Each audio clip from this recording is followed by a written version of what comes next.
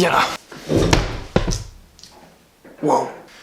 Comment ça va? Aujourd'hui, on va parler d'un sujet très sérieux qui me tient à cœur parce que j'en ai marre de l'hypocrisie. Mais avant, j'avais envie de vous poser une question. Pourquoi les burgers ne ressemblent jamais à la photo de quand on les commande? Bordel, jamais.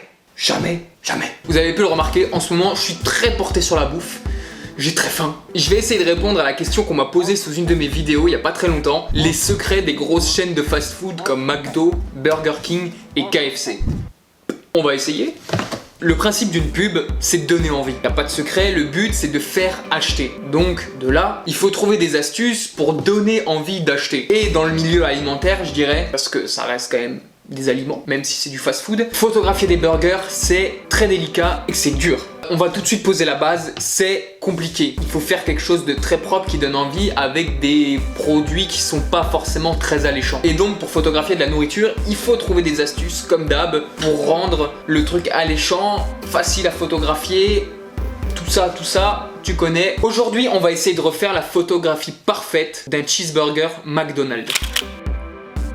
Dans quoi je me suis pas lancé, mon gars? J'avais envie d'essayer d'analyser tout ce qui a pu se passer quand on photographie un cheeseburger. Et pas n'importe quel cheeseburger, le cheeseburger du McDo. Tout simplement parce que je pense que c'est la chaîne la plus consommée encore en France, c'est la plus fat. Et du coup, je voulais que ça parle à tout le monde. Et pour que ça parle à tout le monde, il fallait prendre le sandwich le plus emblématique après le Big Mac. Je sais, j'avais envie de me consacrer au cheeseburger parce que je pense que c'est plus dur. Il y a moins de choses à photographier, il y a plus de détails. Enfin bref, on va voir ça juste après. J'ai fait quelques recherches, il faut qu'on analyse une vidéo.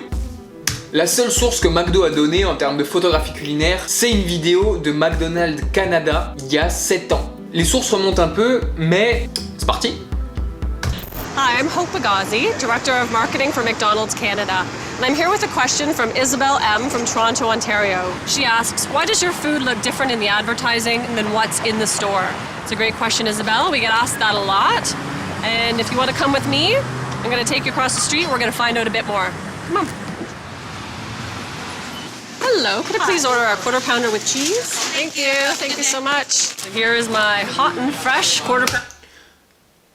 Alors déjà, je connais pas ce burger. Je préfère préciser, je sais pas du tout si McDonald's à l'époque avait fait ça pour débunker un peu le côté humoristique en mode ok, on sait que nos burgers ils sont pas beaux mais on fait tout pour les rendre beaux, ou s'ils étaient en mode premier degré, voilà, arrêtez de nous poser la question, on fait appel à des photographes, on fait appel à tout ça, on fait le truc le plus propre possible mais on sait que voilà, derrière ça suit pas, enfin bref. Je sais pas si c'était humoristique ou premier degré ou... je sais pas.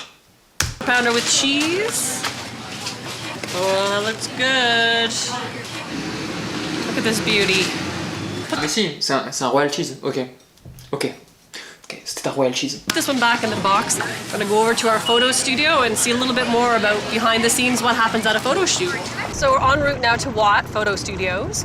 Watt has been our agency doing all of our merchandising creative for probably about 7 years. What we're gonna do here is we're actually gonna put the burger that you saw me just buy. We're going to put it side by side next to a burger that we're actually going to craft from scratch with our food stylist and our photographer. And we're going to compare what's different about the two. I've just bought this quarter pounder with cheese. It's as hot off the press as it can be. Good. So maybe we just put that in, get a photo of it so we can use that for comparison. So we'll keep the camera, the lights, and everything the same. It'll be a direct comparison of the right side of both burgers. Perfect. Okay? That makes total sense. What I'm going to Ok, on va faire exactement pareil après. Donc là, il précise qu'il va prendre exactement la même lumière, il va exposer les deux burgers sous la même lumière pour essayer de refaire exactement les deux photos à l'identique. do is introduce you now to Noah, who's our food stylist. While that burger was made in about a minute or so, the process we go through on the average shoot takes several hours.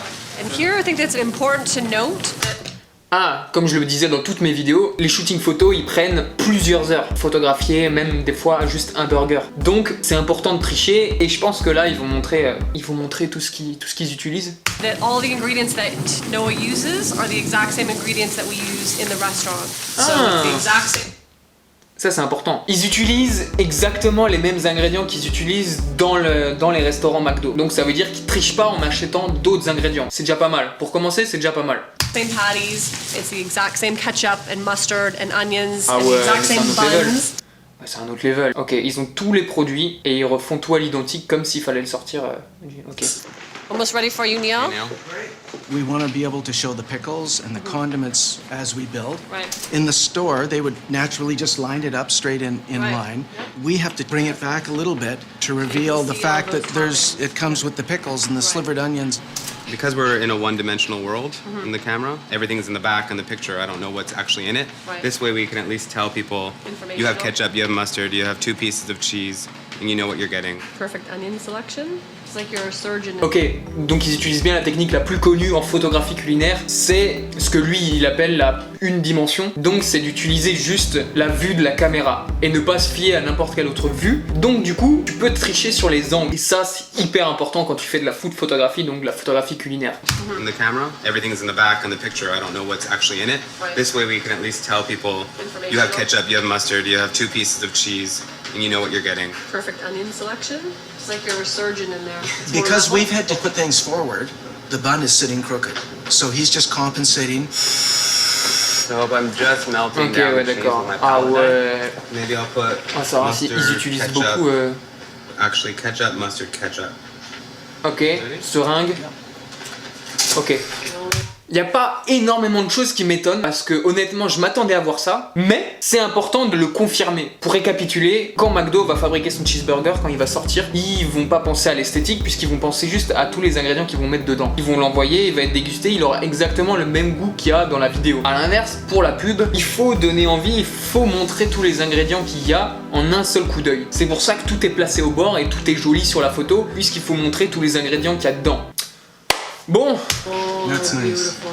This burger looks pretty good as is. I don't think it's going to need much retouching whatsoever. Let me introduce you to Stuart Murray. He's going to take the side-by-side comparison and do a little finessing of the product. Less amount of retouching that we do to something, the less perfect it looks, but actually it looks more ok, donc il appetizing retouche and un more petit peu quand même. convincing. Un petit peu de retouche quand même, important à préciser. J'ai le droit à quelques tours.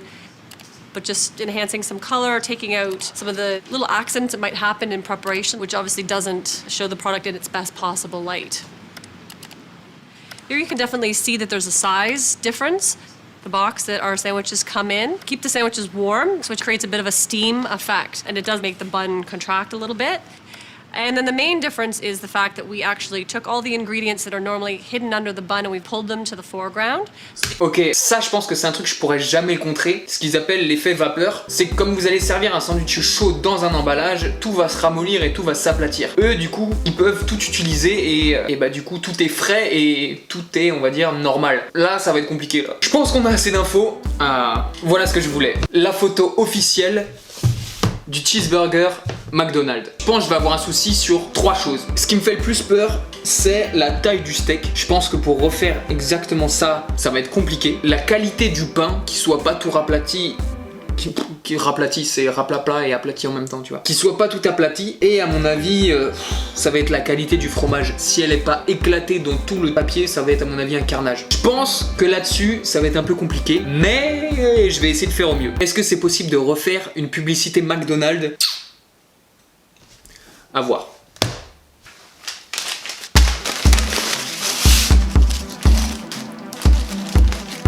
Ah ouais, c'est chaud mon gars. Comment tu veux que je fasse quelque chose avec ça? Je vous cache pas que j'en ai pris un deuxième, juste au cas où, si justement il y avait besoin de prendre un truc qui était déchiré, qui était mal fait ou que je pouvais pas prévoir. Je vais peut-être devoir changer de pain, mais le plus important, c'est de faire les photos avant, après. Ok, la photo du cheeseburger est faite.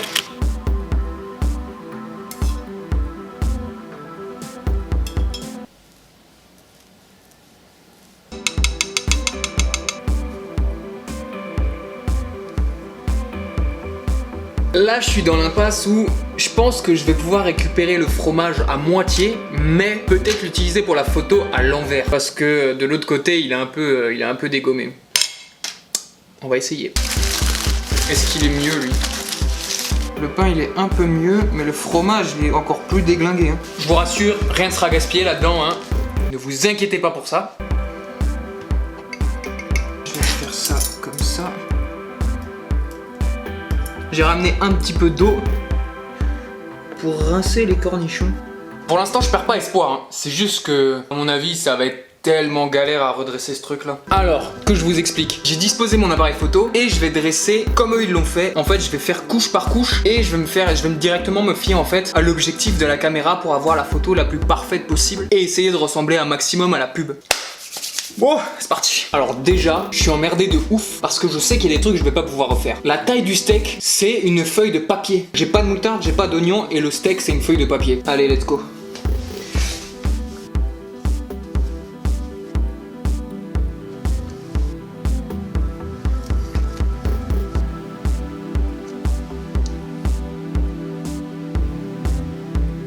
J'ai glissé à l'intérieur du hamburger des morceaux de... Enfin des dessous de verre en fait, des morceaux de liège pour en fait avoir plus de volume et pour que le burger soit un peu plus massif. Je sais pas ce que ça va donner mais à mon avis ça peut peut-être aider. Petite technique aussi, si vous n'avez pas de seringue ou de trucs comme ça, prenez du papier cuisson et vous faites un petit cornet. Vous regardez un tuto sur YouTube, c'est très simple. Un petit cornet pour pouvoir placer vos petits points de sauce joliment pour faire des beaux dressages.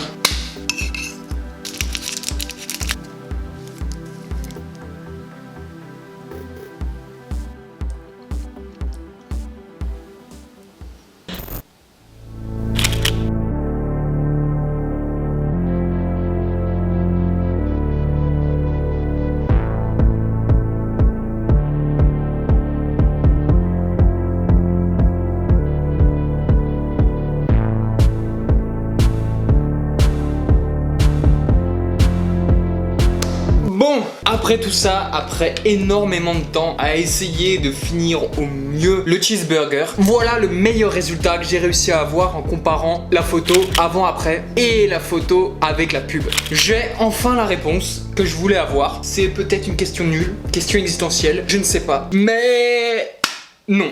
C'est impossible de reproduire un cheeseburger McDonald's avec le cheeseburger acheté en magasin. Je précise. Bien sûr que c'est possible si vous avez les produits bruts de McDo directement de refaire la pub. Un petit peu d'entraînement et un peu de skill, vous la refaites facilement. Mais à partir d'un burger acheté, c'est impossible. C'est trop dur.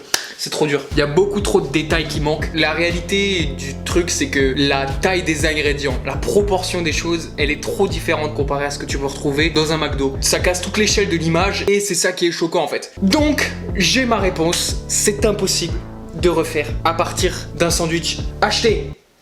Merci. Voilà le maximum. J'espère que l'idée de la vidéo elle vous a plu. J'espère que le concept vous l'avez trouvé assez drôle. N'hésite pas à lâcher un commentaire ou à lâcher un petit like sur la vidéo, ça me ferait extrêmement plaisir. On se dit à la prochaine nous pour une nouvelle vidéo. Je sais toujours pas quoi.